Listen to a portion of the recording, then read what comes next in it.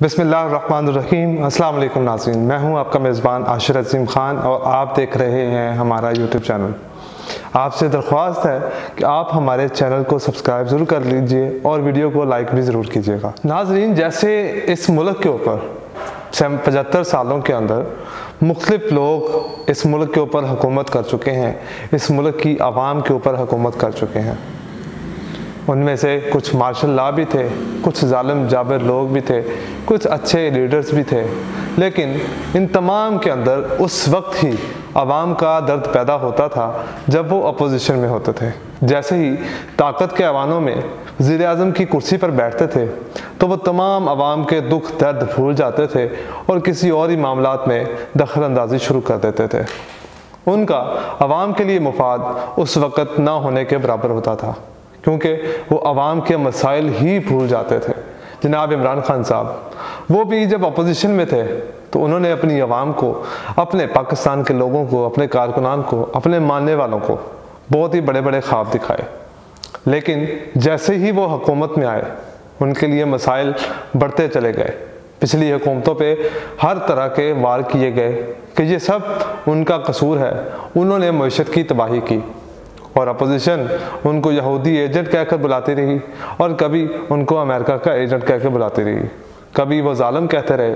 लेकिन जब वो उतरा तो दुनिया को पता चला कि उसने अपने पाकिस्तान की आवाम के लिए किस तरह रिलीफ खड़ा किया था, किस तरह वो आवाम के दुख दर्द समझता था, किस तरह वो गरीबों की मदद करता था, किस तरह वो अमीरों से पैसा लेकर गरीबों तक पहुंचाता था। लेकिन हमारी 16 जमातें अपोजिशन इस बात को बर्दाश्त न कर सकी, क्योंकि उनको लगता था कि अगर इमरान खान और पाकिस्तान इसी तरह तरक्की करता रहा तो इसकी हुकूमत गिराना नामुमकिन हो जाएगा और वो कभी ताकत के ऐवानों में पहुंच ही नहीं पाएंगे, जिसकी वजह से एक साजिश के तहत, एक मुदाखलत के तहत इस मुल्क की हुकूमत को गिरा दिया गया। हंसती बस्ती खेलती पूरी मईशत को तबाह बर्बाद कर दिया गया। वो कौन लोग थे जिन्होंने ये तमाम साजिश रची?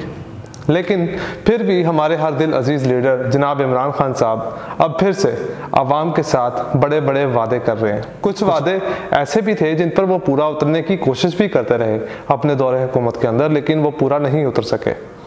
अब उनका नारा है कि उनको 2/3 अक्सरियत के साथ वज़ीर आज़म बनाया जाए तो फिर ही वो मुल्क की मुआशी हालत को बेहतर कर सकते हैं, फिर ही आवाम की हालत को बेहतर कर सकते हैं। ठीक है, हम इमरान खान साहब आपसे वादा करते हैं कि अगर आप हमारे इन सवालात के जवाब देते हैं, अगर आप इस मुल्क की आवाम को रिलीफ देंगे तो हम आपको ज़रूर 2/3 अक्सरियत से वज़ीर आज़म बनाएंगे। लेकिन उससे पहले हमारी आपसे गुजारिश है कि इन सवालात के जवाब ज़रूर दीजिएगा, क्योंकि यही आपकी पार्टी का मंशूर था और जिस पर आप डटे भी रहे और आज भी उसी तरह के बयान दे रहे हैं। पहला सवाल मेरा ये है कि अगर आप दोबारा हुकूमत में आते हैं, आपको मालूम है कि आपको IMF के पास जाना पड़ेगा, तो क्या आप रशिया के साथ ताल्लुकात बेहतर करने की कोशिश करेंगे या ये मामला खटाई में पड़ जाएगा? क्या आप भी IMF के प्रेशर में आकर तमाम खारजा पॉलिसियों को रद्द कर देंगे? मेरा दूसरा सवाल आपसे ये है, आप न्यूट्रल्स पर बहुत बड़ी तनकीद कर रहे हैं। क्या अगर आप वज़ीर आज़म बनते हैं, आप 2/3 अक्सरियत लेके आते हैं, तो इन जर्नैलों कर्नैलों की कोई बाउंड्रीज फिक्स करेंगे कि वो सियासत के अंदर मुदाखलत न कर सकें?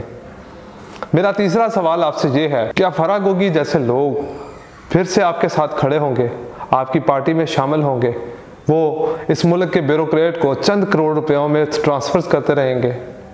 क्या आपकी हुकूमत में, आपकी काबीना में फिर से चीनी चोर, आटा चोर आपके साथ खड़े होंगे? क्या आप फिर से पंजाब के ऊपर अपना वसीम अकरम लगाएंगे कि वो इस पंजाब का तबाह हाल बर्बाद कर देगा, इस पंजाब की बढ़ती मईशत को तबाह बर्बाद करके रख देगा, इस मुल्क में करप्शन का इजाफा कर देगा, जबकि वो खुद खुलेआम करप्शन करता रहा?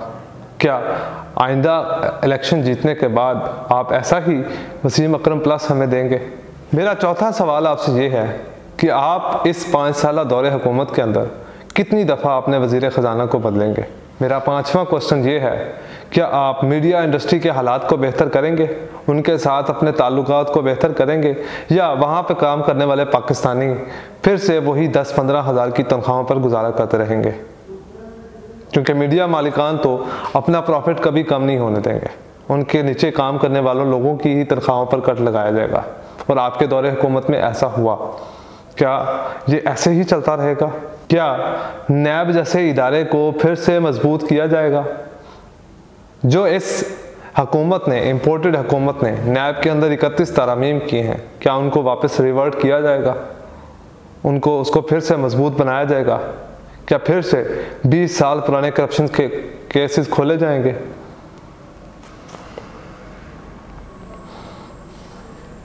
अगर आप 2/3 अक्सरियत के साथ इस मुल्क के वज़ीर आज़म बनते हैं तो क्या आप सदारती निज़ाम को तरजीह देंगे या मुल्क को इसी पार्ली निज़ाम के सहारे खड़ा रखने की कोशिश करेंगे और फिर 3.5 साल बाद साजिश और किसी और किस्म का रोना रोकर आवाम के अंदर आएंगे, फिर से आवाम की हमायतों से जीत कर दोबारा इलेक्शन लड़ेंगे और पाकिस्तान के वज़ीर आज़म बन जाएंगे? 1947 से लेकर 2020 तक सिर्फ पाकिस्तान में 8 लाख लोगों को टैक्स रजिस्टर किया गया। क्या ये तादाद इतनी ही रहेगी? क्या उसी आवाम के ऊपर फिर से टैक्स लगाया जाएगा जो पहले से ही आवाम को अदा कर रही है, जो हुकूमत को अदा कर रही है? या कुछ बेहतर रिफॉर्म्स लाकर तमाम पाकिस्तानियों को टैक्स के अंदर लाया जाएगा?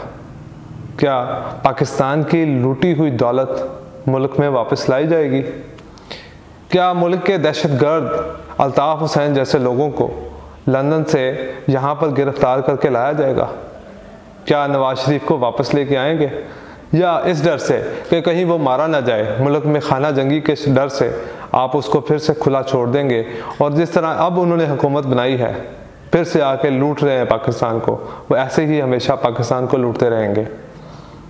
क्या आप चोरों को फांसी लटकाएंगे? क्या आप उनसे हमारे लूटे हुए पैसे का हिसाब लेंगे? मेरा अगला सवाल आपसे ये है, क्या गरीब के बच्चे को यकसा निज़ाम तालीम मिलेगा या वो 2.5 करोड़ बच्चे जो अभी भी स्कूलों से बाहर हैं वो ऐसे ही घूमते रहेंगे? उनकी तादाद कम ना हो लेकिन ज़्यादा ज़रूर होगी। क्या आपके दौरे हुकूमत में फिर से ऐसा होगा? आप मदीने की रियासत का नारा लगाते हैं, क्या आपके ख्याल में मदीने की रियासत का क्या मुमकिन है?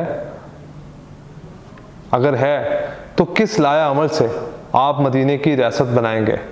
क्योंकि आपके दौरे हुकूमत में सबसे ज़्यादा करप्शन हुई, सबसे ज़्यादा लूट मार हुई। क्या माफिया के खिलाफ कानून साजी की जाएगी या सिर्फ अपने नारों की हद तक उनको रगड़ा लगाया जाएगा? क्या जो माफिया पाकिस्तान की आवाम के साथ खेलता है, पाकिस्तान में महंगाई का सबब बनता है, अपनी मर्ज़ी से हुकूमतें बनवाता है, उनके खिलाफ कोई एक्शन लेंगे? मेरा अगला सवाल आपसे ये है कि जब से आप सियासत में आए हैं आप परवेज़ इलाही को पंजाब का सबसे बड़ा डाकू करार देते रहे हैं, लेकिन वो पिछली दफ़ा आपके साथ आपकी सफ़ों में खड़े रहे। क्या ये आपके नज़रिए को बहुत बड़ा धचका नहीं था? क्या ये आपने अपने नज़रिए के ऊपर सिर्फ हुकूमत बनाने के लिए कंप्रोमाइज़ नहीं किया था?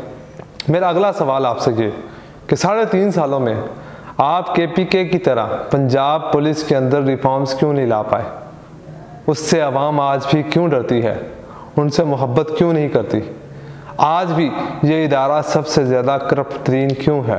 कि क्या आपके दौरे हुकूमत में आने से अदालतों में इंसाफ मिलेगा?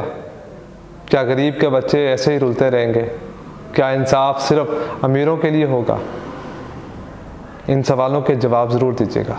और मेरा आखिरी सवाल आपसे ये है कि आप एक बेशक बहुत बड़े लीडर हैं, कि आपने अपना पाकिस्तान के लिए कोई ऐसी तैयारी की कि आपके जैसे बहादुर लीडर को खड़ा किया जाए, उसको ट्रेंड किया जाए?